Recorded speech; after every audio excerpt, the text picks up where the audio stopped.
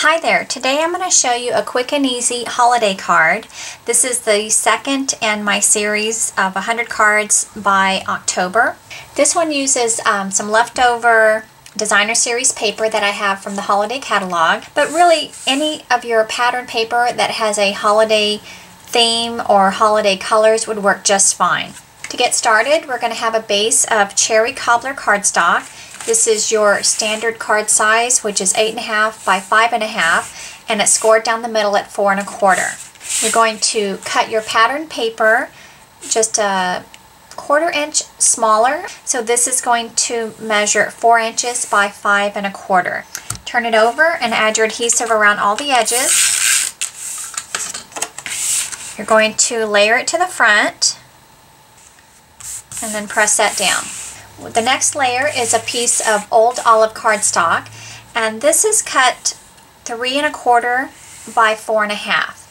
I've die cut an opening using our Ornament Keepsakes framelits, and it comes with a lot of different shapes. These framelits also coordinate with the stamp set called Ornament Keepsakes. We're going to stamp a greeting from a stamp set called More Merry Messages. We're going to use old olive ink.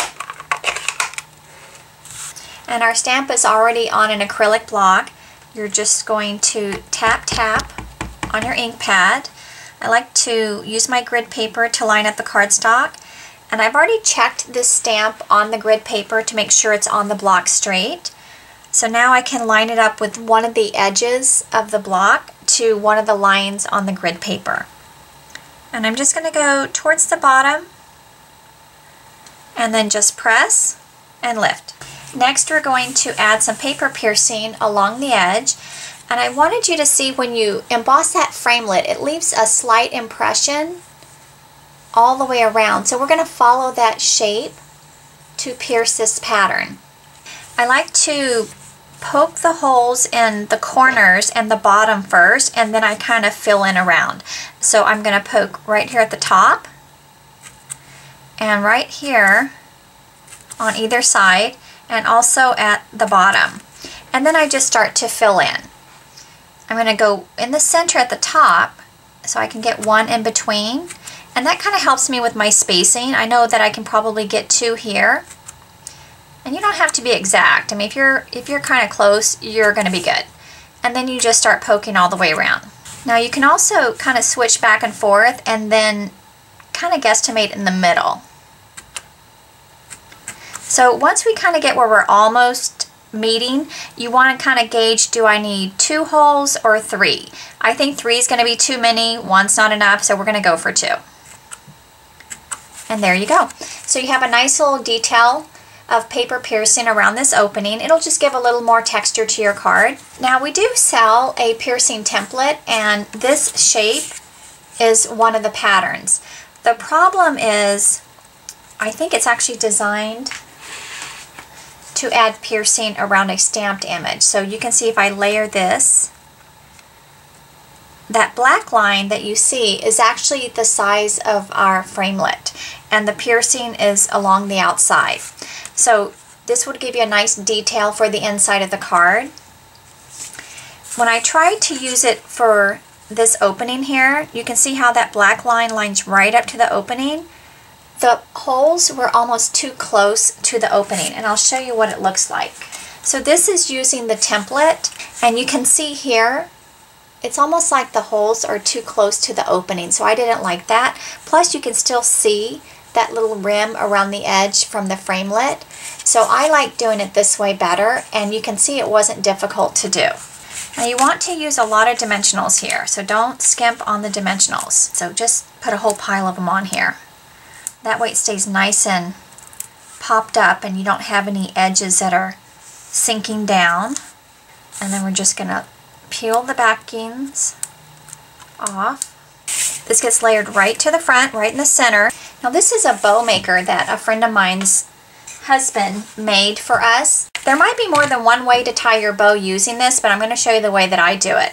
I start in the front, wrap it around, and you bring it back to the front. So now you have kind of this X in the front. So you have your X, so whatever is on top is going to go underneath and over. And then you're going to take this piece and pull it towards the middle So these guys are kind of lined up. And I'm just going to tilt this. This is what your bow is going to look like when you're done. So remember, that's the front. You're working off the back.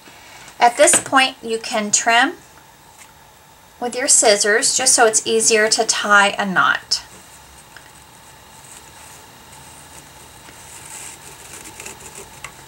And there you go. And I kind of like to squish it in the middle rather than tying it really tight, just so you have that nice flat part in the middle of your bow. And then this just simply slips off. What's nice about tying your bow this way is you can tie 100 of them and they're going to all look exactly the same. The other thing is it will not come untied because you've essentially tied a knot. And the last thing I wanted to point out is, let's say that you have this tied and this loop is slightly smaller than that loop. You can actually fix that. You just take your fingers and put them inside the loops like this. This right here is the same piece as this. So you can just kind of slide it. So see how it can go back and forth like that? So you can kind of play with that to get that more centered. And then I'm going to give this a trim. And just press this right to your glue dot. And this is going to go right here in the center. I have tons of this paper left over from the last holiday season, so I'm just going to add a little strip at the bottom. For the inside greeting, I'm going to use a stamp set called Christmas Messages. Going back to the old olive ink. So just tap tap on your ink pad. And I'm going to go right in the center and press down. I'm going to layer this to the inside. We're going to use that coordinating stamp set with cherry cobbler ink. Just tap tap.